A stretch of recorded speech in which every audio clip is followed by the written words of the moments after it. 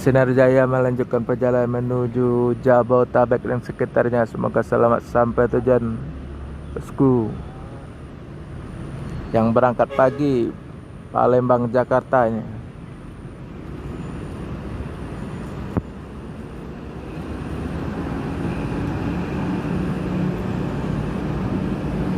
Ya,